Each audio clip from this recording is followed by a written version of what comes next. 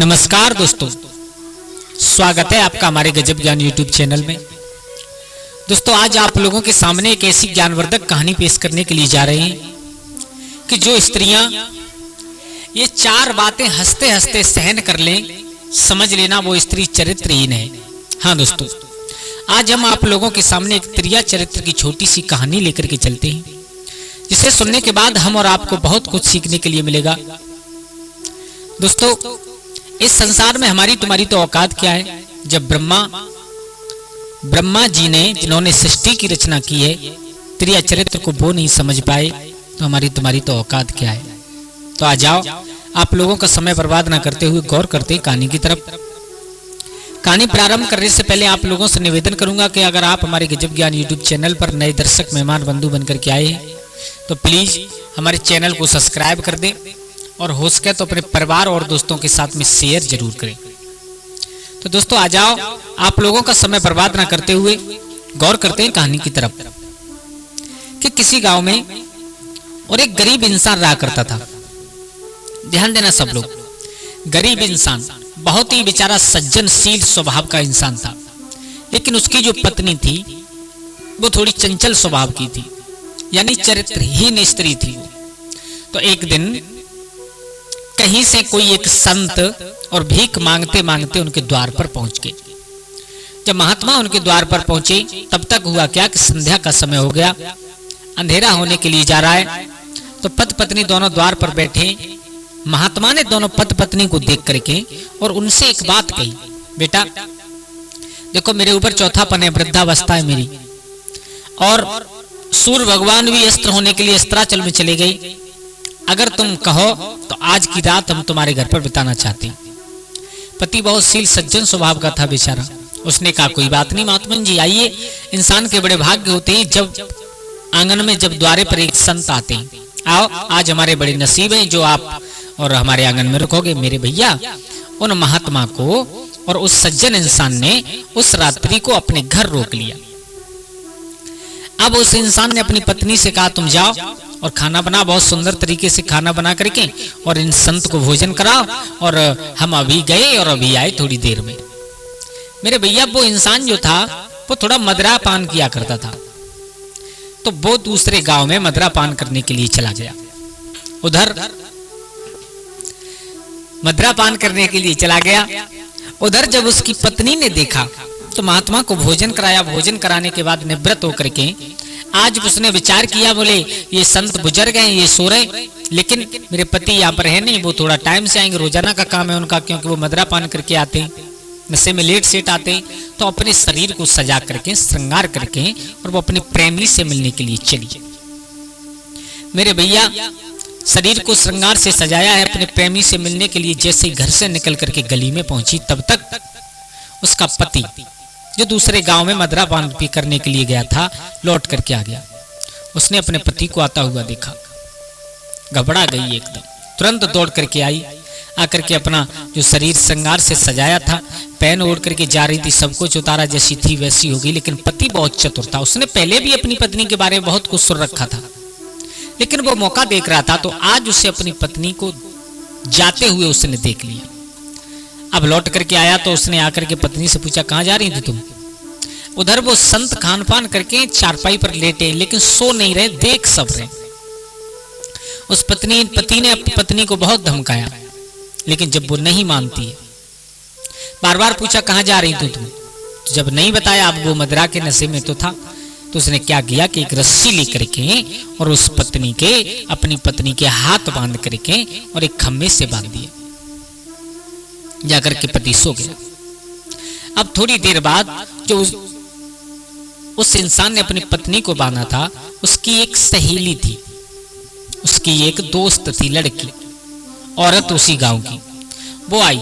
उसने आकर के कहा, बोले आज तुम अपने प्रेमी से मिलने नहीं गई। सारा हाल बताया। बोले मेरे पति को मालूम पड़ गया, उसने मुझे बांध करके यहाँ रखा है, बताओ मैं कैसे चली जाऊं।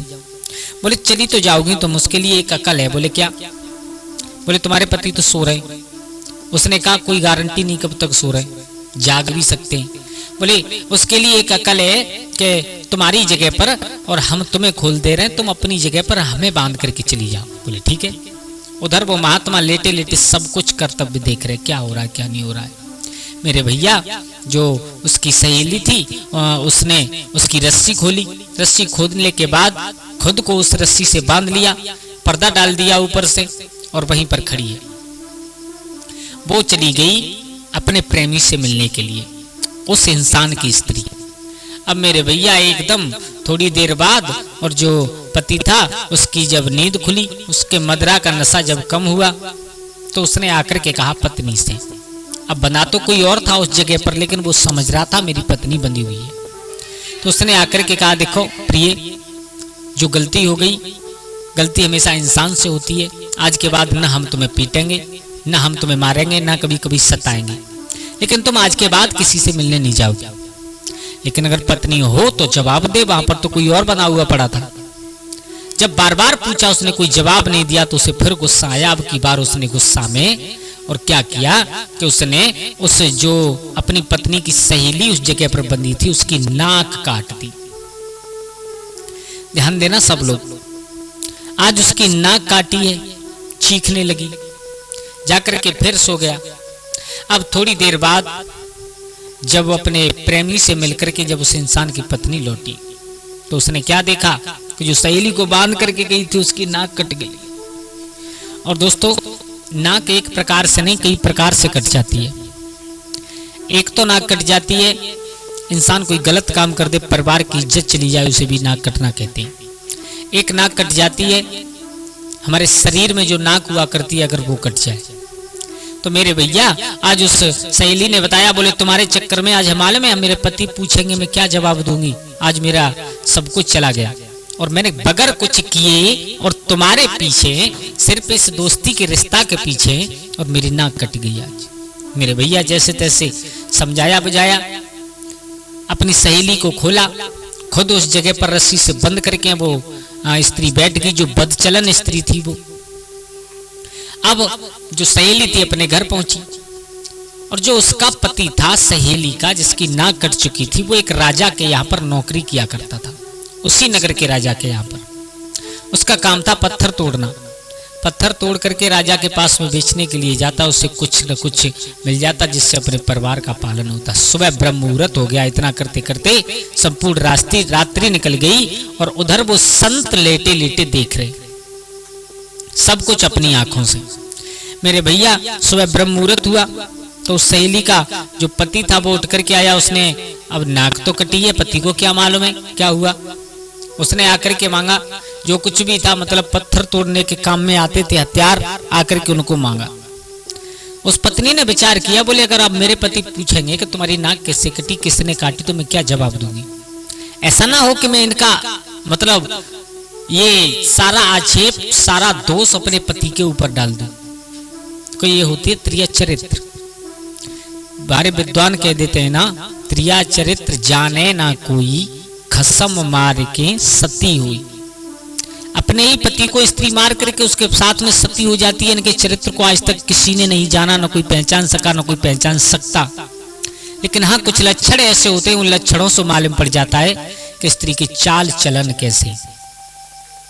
दोस्तों, उसने जैसे ही पति अंदर आया उसने चिल्लाना प्रारंभ कर दिया, बोले मेरे पति ने मेरी नाक काट दी। मोहल्ला पड़ोस गांव सब इकट्ठा हो गया। उधर जब सुबह हुआ, उस महात्मा जो आंगन में सो रहा था, तो जिस पति ने अपनी पत्नी को बांध करके रखा था, वो पति उठा। सुबह होते ही देखो, ब्रह्म मुहूर्त एक ऐसा मुहूर्त होता है जिसमें अगर इंसान रात्रि के समय टेंशन या गुस्सा करके सो जाए, फिर भी सुबह ब्रह्म मुहूर्त में उसका दिमाग बिल्कुल फ्रेश हो जाता है। तो दोस्तों, सुबह उठ करके उसने अपने पत्नी से जाकर के कहा, बोले देखो जो हमने तुमसे एक बात रात कही थी वही फिर कह रहे, अगर तुम आज के बाद किसी से मिलने न जाओ तो हम तुम्हें छोड़ देंगे और कभी भी जीवन में तुम्हारे ऊपर हाथ नहीं उठाएंगे। उस पत्नी ने त्रिया चरित्र फैलाया। उसने कहा, सुनो, अगर मैं सत्यवती स्त्री हूं तुम मेरे ऊपर गलत दोष लगा रहे हो ना। अगर मैं सत्यवती स्त्री हूं, मैंने कोई जीवन में गलत काम नहीं किया, तो जो तुमने अपने हाथ से रात हमारी नाक काटी थी वो बिल्कुल सही हो जाएगी। और अगर मैं चरित्रहीन हूं, बदचलन स्त्री हूं, तो मैं इसी जगह पर मर जाऊंगी। मेरे भैया पति बेचारा समझ नहीं पाया, वो बेचारा क्या जाने, सीधा साधा इंसान। जैसे ही पर्दा उठाया, नाक तो दूसरे की कटी थी। पति समझ गया, बोले मेरे से बहुत बड़ी गलती हो गई, मेरे से बहुत बड़ी गलती हो गई। उधर जिसकी नाक काटी गई थी वो ड्रामा कर रही है पूरा। उसने जाकर के पूरे नगर में हल्ला कर दिया कि मेरे पति ने अपने हाथ से मेरी नाक काट दी, मुझे बदनाम कर दिया। राजा के पास में खबर गई तो राजा ने उसके पति को बुलाया, बोले तुमने अपने पत्नी की नाक क्यों काटी है, कारण क्या है? तो मेरे भैया आज वो पति चुपचाप खड़ा है, क्योंकि उस बेचारे को मालूम ही नहीं कि मैंने काटी है या नहीं काटी है। तो आप जानते हो कि चुप होना इंसान को दोषी साबित कर देता है हमेशा। राजा ने हुक्म दे दिया कि इसकी चुप्पी का मतलब ये है कि ये दोषी है, तो इसे फांसी पर लटका दो। जैसे ही फांसी पर लटकाने की तैयारी हुई, उस संत को मालूम पड़ा कि आज एक निर्दोष व्यक्ति को फांसी दी जा रही है, जो सब कुछ देख रहा था उसके घर में लेटा हुआ। संत ने जाकर के राजा को रोका, महाराज अगर राजा के हाथ से सच्चा न्याय नहीं हो, वो राजा नरक की तरफ जाता है। बोले क्यों? बोले सुनो, मैं अपने जीवन में कभी भी गलत होते हुए नहीं देख सकता, और मैं अपने जीवन में ये भी नहीं देख सकता कि मेरी आंखों के सामने किसी निर्दोष की जान चली जाए। उस महात्मा ने सारा हाल बताया। ना तो इसके पति की गलती है और ना जिसके घर हम रुक रहे हैं उस बेचारे की गलती है। गलती है तो उस चरित्रहीन स्त्री की गलती है, जो हमें खाना खिलाने के बाद हमें लिटा करके और अपने मित्र से मिलने के लिए जा रही थी। उसने अपनी पत्नी समझ करके नाक काटा, लेकिन धोखा हो गया कि इसकी पत्नी की नाक कट गई। दोस्तों, चरित्रहीन स्त्रियों के ये 4 लक्षण ऐसे हुआ करते हैं जिन्हें देख करके समझा जा सकता है कि स्त्री के चाल चलन कैसे। अगर कोई स्त्री बगैर बात के बात बात पर चाहे किसी को देख करके हंसी, अनजान व्यक्ति के सामने देख करके बगैर बात के हंसे, समझ लेना उसका चरित्र ठीक नहीं है, उसका चरित्र ठीक नहीं है। ऐसे ही एक नहीं कई लक्षण हुआ करते हैं जो इंसानों को हमेशा देखनी चाहिए। तो दोस्तों, कैसी लगी आप लोगों को हमारी ये कहानी? अगर अच्छी लगी हो तो प्लीज हमारे चैनल को सब्सक्राइब करें, और हो सके तो अपने परिवार और दोस्तों के साथ में शेयर जरूर करें। आज के लिए बस इतना ही। कल फिर मिलते हैं किसी एक नई कहानी, एक नई चर्चा के साथ। तब तक के लिए सभी लोग आनंदित रहें, खुश रहें। जय श्री राधे, जय श्री राम।